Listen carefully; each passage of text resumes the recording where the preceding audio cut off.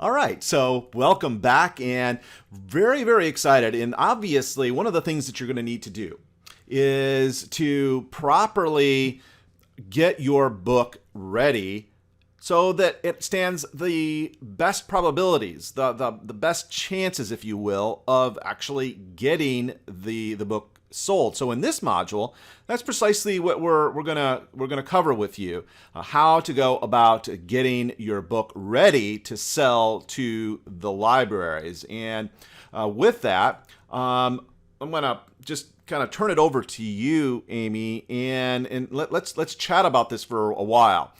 Just what needs to happen to get our books ready. Well, it's very tempting before we pick up the phone or before that we send that email. We'd love to just fire off an email or make that call. But as tempting as that is, what's more important is to understand first what librarians are looking for.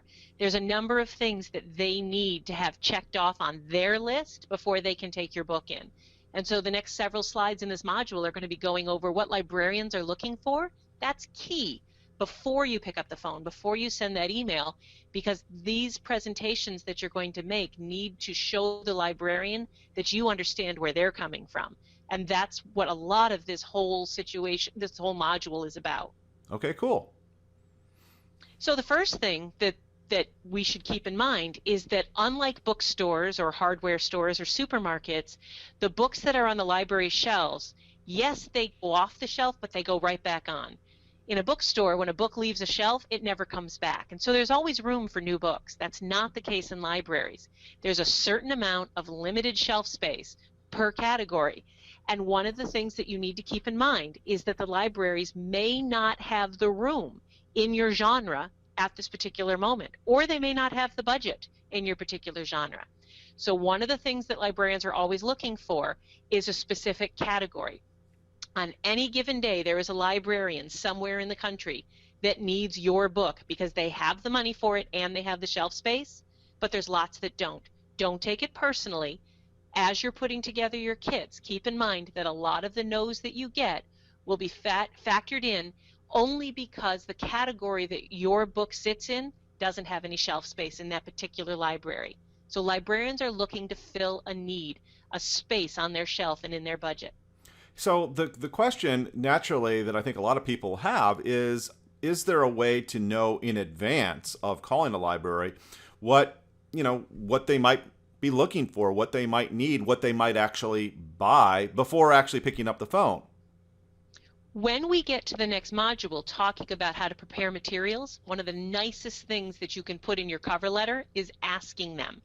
There is no way other than asking them, but if you ask a librarian what their needs are, or what categories they're looking for, that's one of the many ways that you can show them that you understand their business. You understand where they're coming from, and that's going to be a huge plus. So when they do have room for your pet memoir, when they do have room in the pet section, you're going to be the book they choose because you were the person they liked, because you were not always about your book, you were thinking about their needs. But I'm afraid it's one question at a time, Daniel. Yes, I get that. Essentially, what you're demonstrating in that instance is that you've done your homework, that you cared enough about them and their needs to actually do your homework. And that is what we're going to hit over and over again with these next several slides, is what do they need, because that will impress them more than anything else. Yeah, and speaking of that, one of the things obviously that librarians are looking for is something that's not quite hokey, right? That actually looks good in the actual book, right? Exactly. The cover, the spine, the interior, these have to be professionally designed. You'll see here the example that the not so hot example. It's a wonderful book. Had a lot of potential, but was not being picked up anywhere. What we did here is we redesigned the cover. We brought the cover in line with what the current marketplace is showing.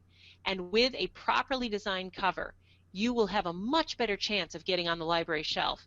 So take a hard look at your book, guys. A hard look. Don't look at it from the eyes of it being your baby. Is your cover in the same design stratosphere as the top publishers out there? Does your book look like it was designed by Simon and Schuster or Random House? If you can't honestly say yes, you need to go get your cover redesigned. It will make an enormous difference, as it did for this book. And any tips on doing that, actually getting your cover redesigned? There is a craft as well as an art to cover design, and I am afraid there's too many people out there who think they can design their own cover, or that they can hire an art school student or a $5 template guy to do it. The craft of cover design cannot be replaced. You need to hire someone who understands cover design. And if you're not willing to do that, there's no workaround any more than you can learn the craft of pizza making or the craft of sculpture without working with a master. You need to work and be taught, because there are ins and outs that just are not self-evident no matter how hard you work. And so my only advice to you is, please work with an expert. They know the secrets, they know the fonts to use, they know all the tricks that make a cover professionally designed that we just cannot communicate to you. It's just impossible. Work with a master. They're the ones who know what they're doing. It's worth the money. And where would one go to find a master? There are so many services and so many organizations out there that list great covers, but what I would do if it were me, if I loved a cover in a particular genre, if I'd written a leadership book, I would go to HarperCollins Business or one of the top publishers and flip open their book. At the copyright page, it'll tell you who designed the cover. I'd contact them. I also have a number of companies that I would be happy to recommend, but lots of times the cover designers are right there on the copyright page. What a great way. If you want a book to knock Jim Collins and Good to Great off the shelf, why don't you go get Jim Collins' cover designer? That's brilliant as well. Okay, cool, excellent. So we've got to come up with a cover that really shines, because let's just face it, people do judge books by their cover. Regardless of what people actually say about that. Make sure that your cover is really good looking. And once you're done designing the perfect cover and working with an expert on that, please be sure to pay attention to the spine. Daniel, I want you to show them a little bit. Yes, this spine here. I love this book. I love this designer. Fiona, she's up in Canada, did a great job on this book.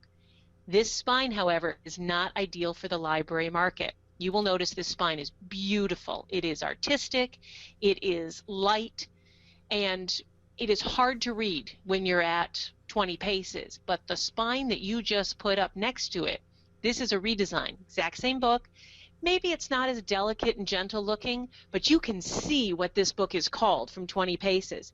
If you're a library patron and you're walking down an aisle, you don't want to have anyone pass by your book because they couldn't see the title of it. You want to get the title. The spine of your book, the only cover that a lot of people are going to see. Spend as much time designing it as you do the cover. Make sure it's easy to read. It's a billboard. It's not art. The purpose of your spine is to get people to pull the book off the shelf and flip over to the cover. The purpose of the cover is to get people to flip the book to the back and read the back cover copy. Make sure that your spine is doing its job so that your cover can do its job. And that's something I really want more people to pay attention to. Absolutely. Essentially what you're saying, Amy, and I haven't really thought about it in these terms, but this is like so vital. This real estate right here,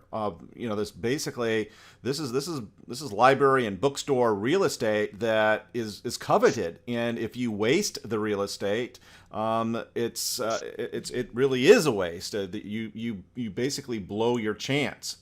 So yes, please excellent. Don't get precious with the design. Don't worry about it. Don't waste it.